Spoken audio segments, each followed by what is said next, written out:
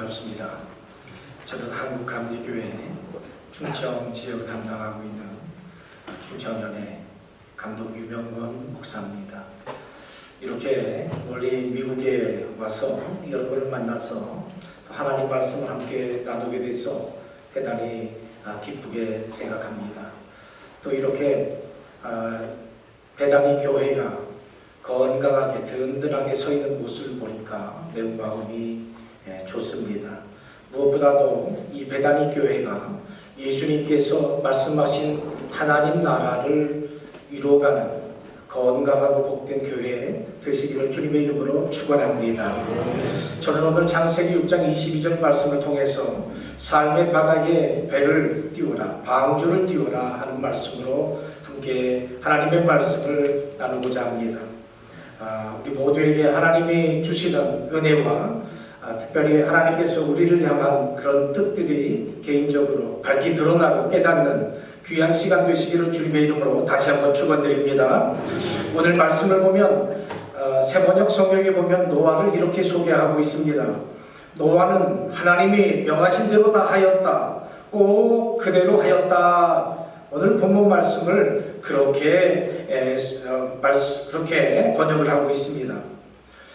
누군가 나를 소개할 때 정말 이렇게 이 사람은 하나님이 명하신 그대로 꼭 행하는 사람입니다 라고 소개해 준다고 한다면 얼마나 좋겠습니까?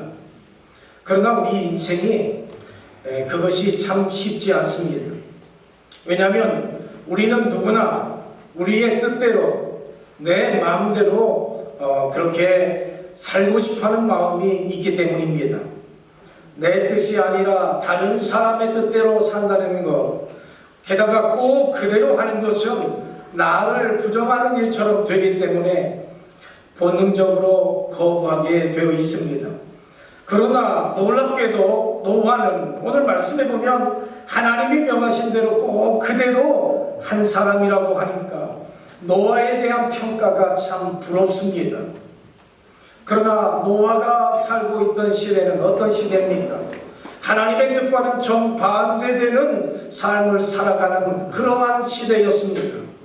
창세기 6장 5절 말씀에 보면 이렇게 말씀합니다. 사람의 죄악이 세상에 가득함과 그의 마음으로 생각하는 모든 계획이 항상 악할 뿐만 아니라 이렇게 말씀합니다.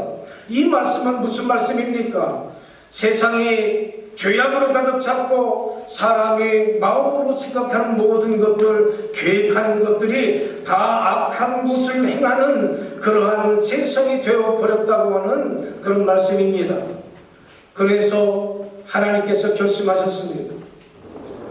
내가 창조한 사람들을 내가 지면에서 다 쓸어버리겠다 하신 것입니다.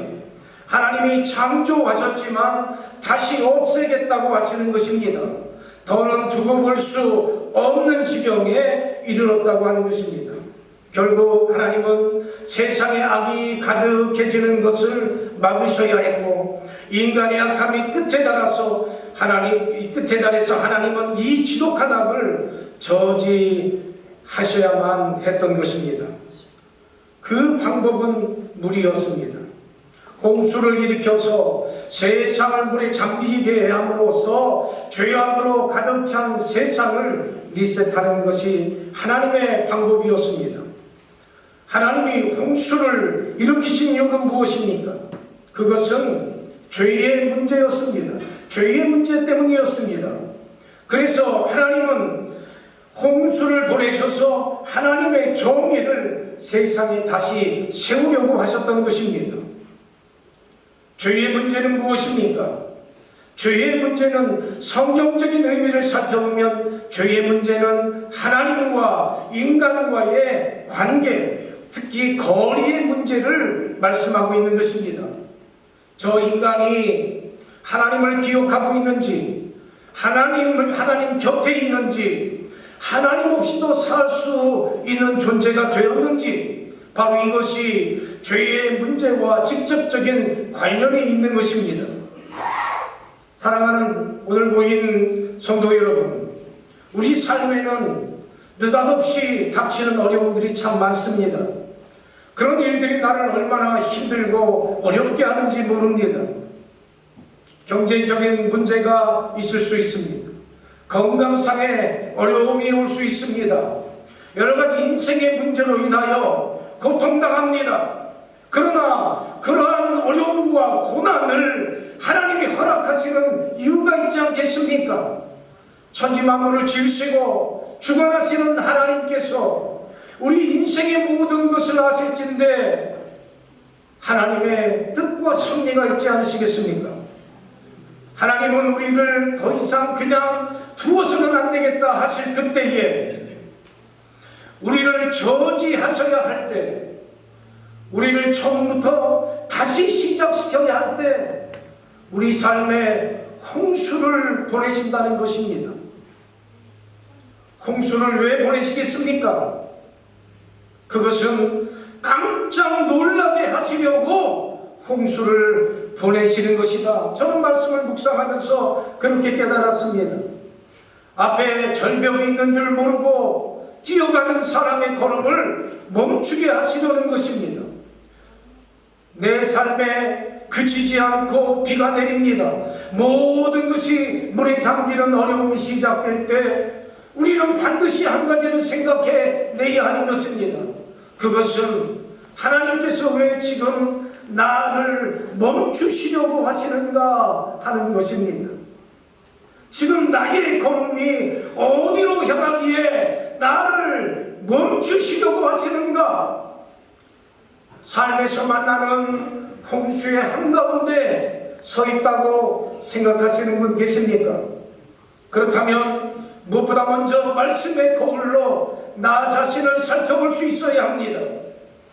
내 앞에 절벽이 있는 줄도 모르고 뛰어가고 있는 것은 아닌지, 죄악의 한복판으로 뛰어달려 들어가고 있는 것은 아닌지 그것을 살피시기를 바랍니다. 물로 가득 찬 세상, 홍수로 뒤덮인 세상에서 살아가기 위해 우리에게 꼭 필요한 것이 있다고 성경은 오늘 말씀하는 것 같습니다. 그것은 바로 방주입니다. 거센 물살과 내리는 비를 견딜 수 있는 배가 필요한 것입니다.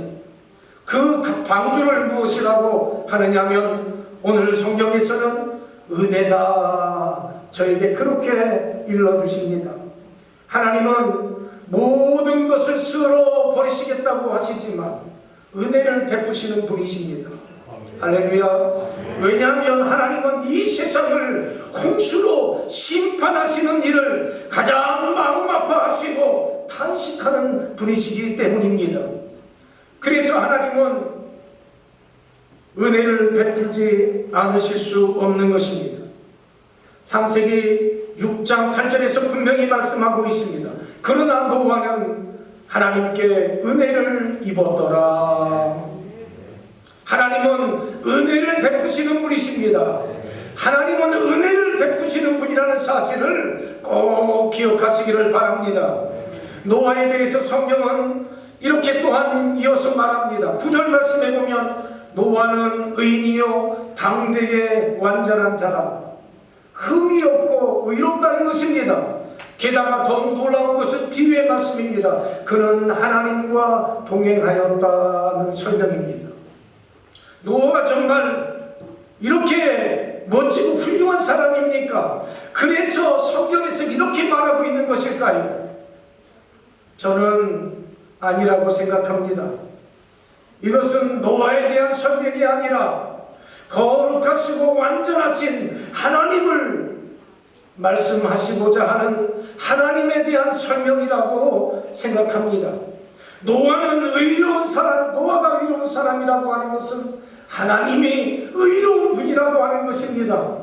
하나님은 죄로 가득 찬 세상에서 죄로 가득한 인생이지만 그 사람을 의롭다고 여겨주시는 분이십니다. 노아가 흠이 없다고 하는 것은 무엇입니까? 정말 노아가 흠이 없는 것입니까? 인생에 흠이 없는 존재가 있는 것입니까?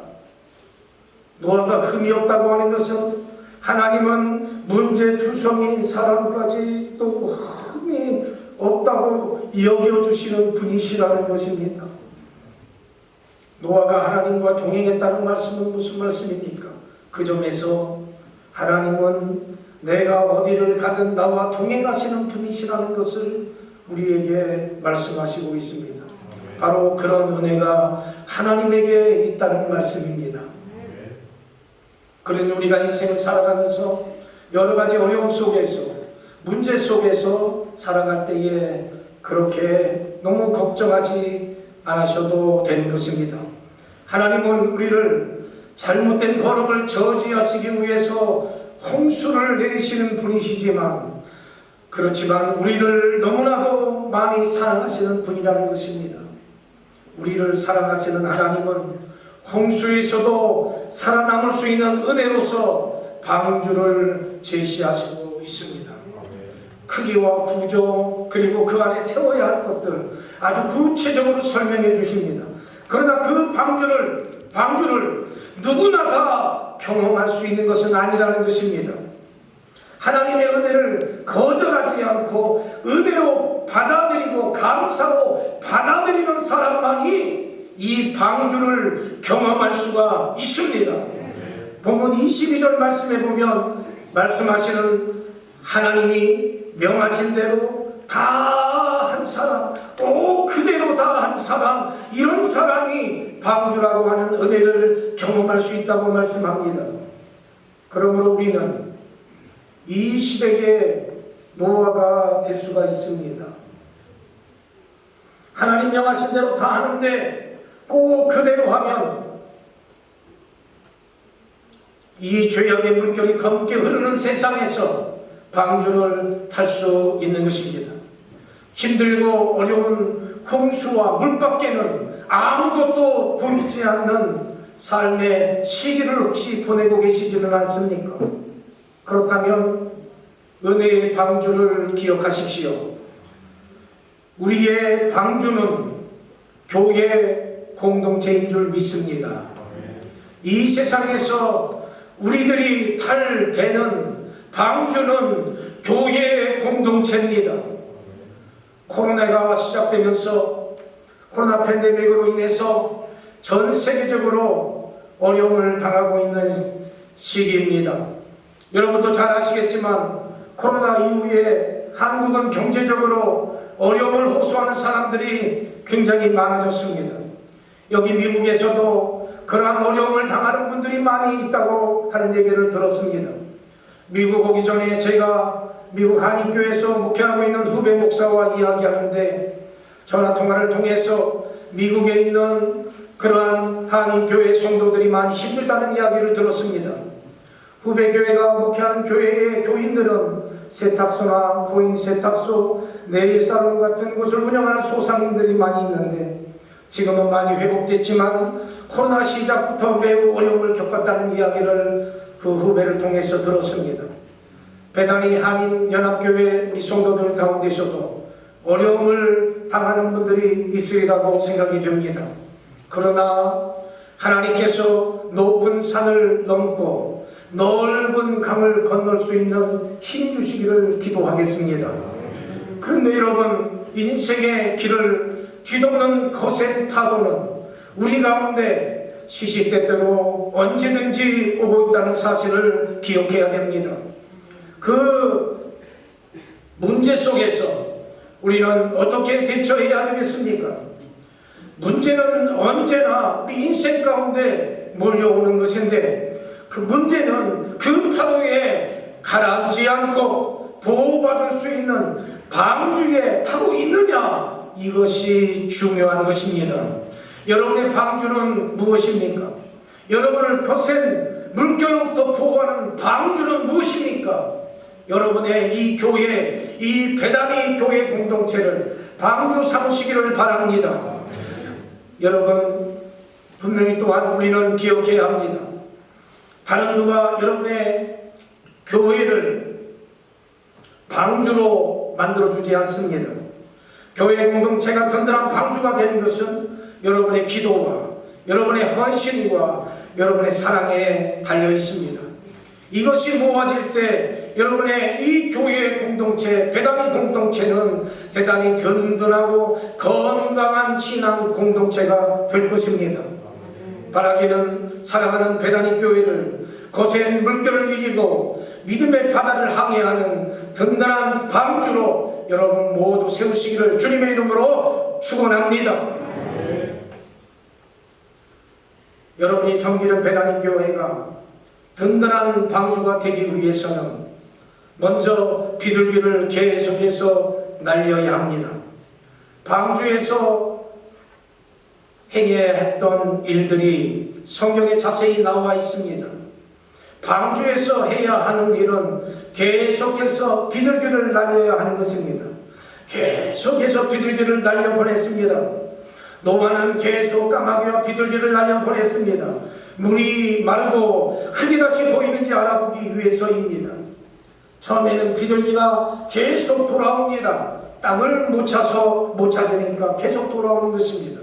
그러나 계속 날려보냅니다. 그러다가 비둘기가 올리브 잎을 물고 오기도 하고 결국에는 땅을 찾아서 돌아오지 않습니다. 이 비둘기를 계속 날려보내는 행위를 교회 공동체에서 계속해서 해나가야 되는데 그것이 바로 교회 공동체에서 올려드리는 기도인 것입니다. 포기하지 않고 계속 기도하십시오. 쉬지 말고 기도하라고 하는 말씀대로 홍수가 가득한 세상, 슬픔과 아픔과 고통이 지속되고 있는 아무것도 보이지 않는, 희망이 보이지 않는 시기일지라도 계속해서 비둘기를 날려 올려 보내야 되는 것입니다. 계속해서 기도해야 하는 것입니다. 그러면 하나님께서 분명히 말씀해 주시고 명확하게 보여주실 줄 믿습니다. 홍수가 끝난 후에 노아에게 보여주신 무지개를 기억하십시오. 하나님은 홍수가 일어나 힘들고 절망스러운 그런 여러분의 삶에서 하나님께 띄운 비둘기라고 하는 기도를 들으시고 결국 무지개를 보여주시면서 이렇게 말씀해 주실 겁니다. 이것이 너희의 기도에 대한 나의 답이다 라고 말입니다.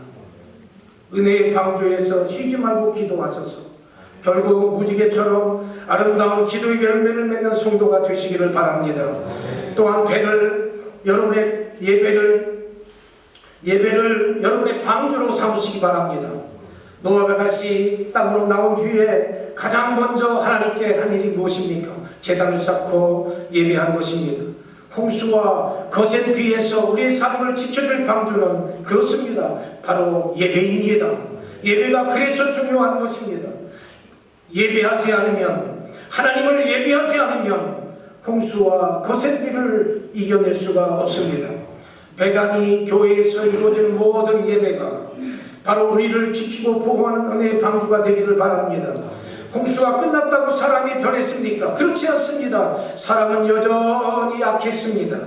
그러나 하나님이 변하셨습니다. 하나님의 마음이 바뀌셨습니다. 예배를 받으신 후에 다시는 이제